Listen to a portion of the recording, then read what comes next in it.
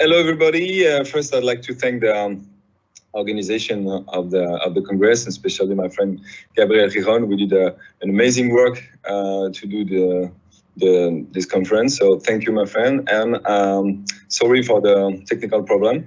Let's try. I'm going to talk to you about the running, retraining, and patellofemoral pain syndrome, the systematic review that I do in my PhD thesis.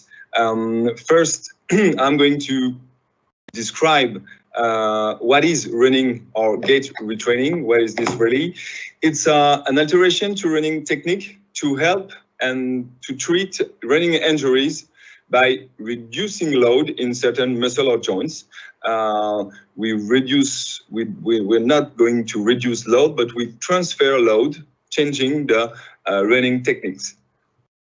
So it exists different types of running retraining used with the goal to alter either spatiotemporal or kinematic parameter. And we talk about the different type of things a little bit later. So as an introduction, we have to talk about running. We had a lot of explanation about running this morning. But what I want to summarize is that running is a combination of overuse and overload. So that's why it's pathologic for the patella, to summarize. So that's why we call patellofemoral pain syndrome the runner's knee. Okay, it's almost 20 to 25% of running injuries.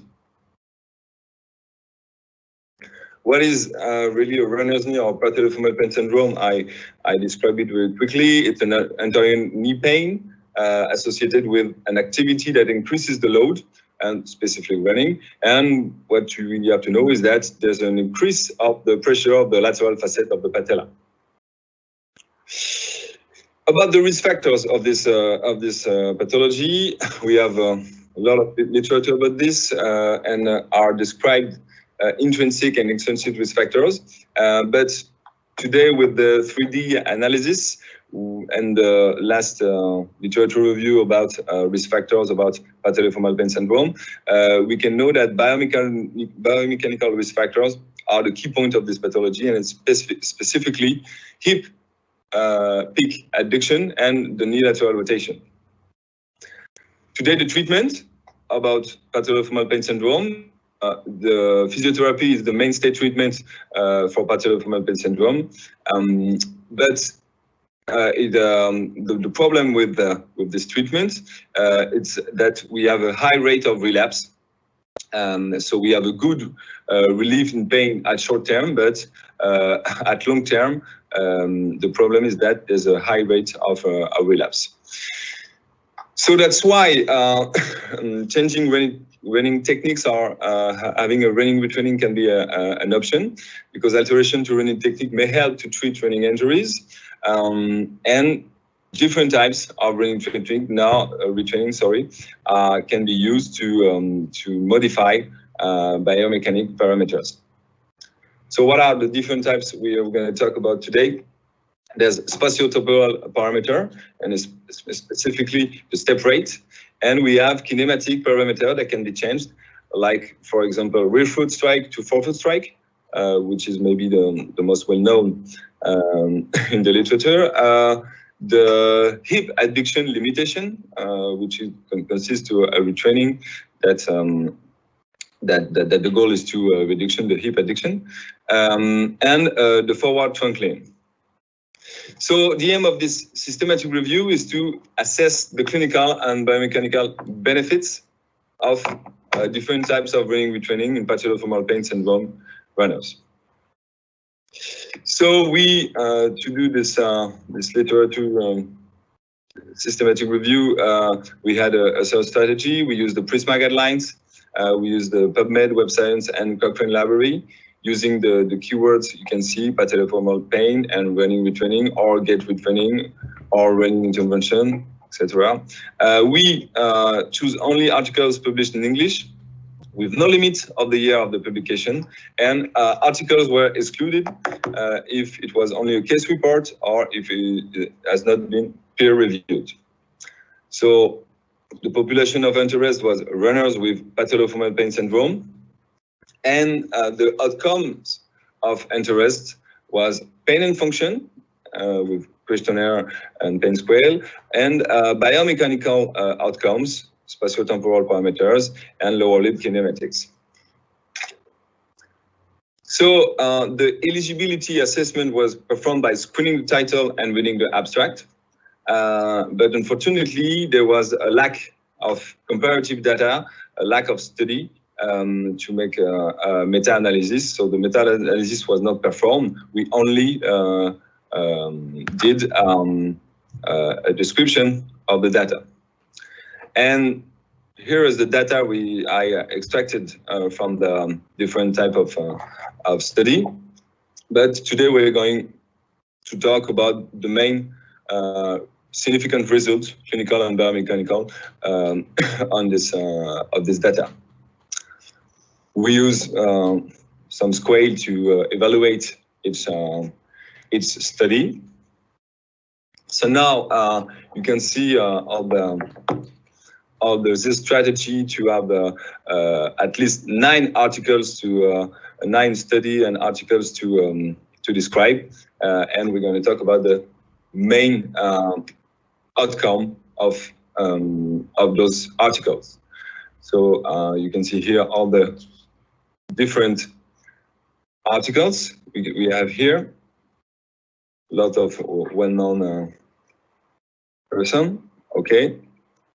And we're going to separate the different type of running retraining by the step rate interventions, which with in the different type of articles shows an increase from 7.5% to 10% step rate increase.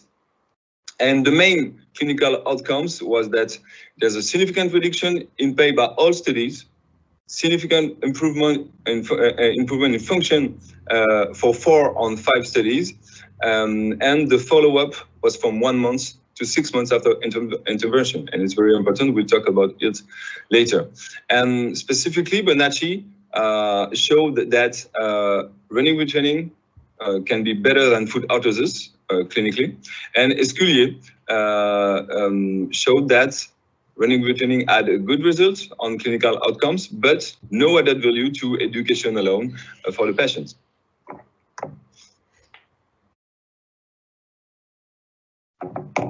So let's talk about the biomechanical outcomes of the study that investigate step rate interventions. 4 or 5 studies appraised biomechanical outcomes. And what is very interesting is that we have a significant decrease of peak hip adduction and peak contralateral pelvic drop and peak knee flexion for 2 studies. And Neil showed also that there's a decrease of the peak hip internal rotation. And another biomechanical outcome from Lescure was that there was a significant decrease of the vertical loading rate and patellofemoral joint average loading rate. So we'll talk about this in the discussion, but having a result on that type of outcome, on that type of criterion is very good, because we saw before that hip adduction is a risk factor for patellofemoral pain syndrome. So now let's talk about the rear foot to forefoot intervention. Yes? Rear foot to forefoot intervention. We have about the clinical outcomes. 3 studies assessed gait retraining by modifying foot strike pattern from rear foot strike to forefoot strike. Okay, we got Roper, Dos Santos, Sinclair, and all 3 studies showed clinical improvement on PFPS. But they also showed for Sinclair, they also showed an increase in perceived Achilles tendon pain. About the biomechanical outcome, what is very interesting is that Roper showed that patellofemoral joint contact force and patellofemoral stress decrease with that type of intervention, and Sinclair showed almost the same thing, but he also showed that there was an increase about the Achilles tendon. And Dos Santos, for him, didn't describe any biomechanical outcomes. Another intervention is the hip adduction intervention. It consists to ask to the participant to have less addiction, less hip addiction. And there are 2 studies about this that show that a significant reduction on pain and improvement in function. And what is interesting with that type of intervention is that you have a decrease of the peak hip addiction after 1 month and after 3 months after running intervention. And what is combined to this biomechanical outcome, you have a reduction of the vertical load rate that can be very interesting for the pain on the patella. So now let's talk a little bit about the discussion of this literature review. What is very interesting is that we have a good clinical result with the running retraining on patellofemoral pain syndrome. What is very good about this type of intervention is that you have a real change of the biomechanics, and no other treatment about patellofemoral pain syndrome give a real change of biomechanics. This is maybe the first treatment to give change in biomechanics.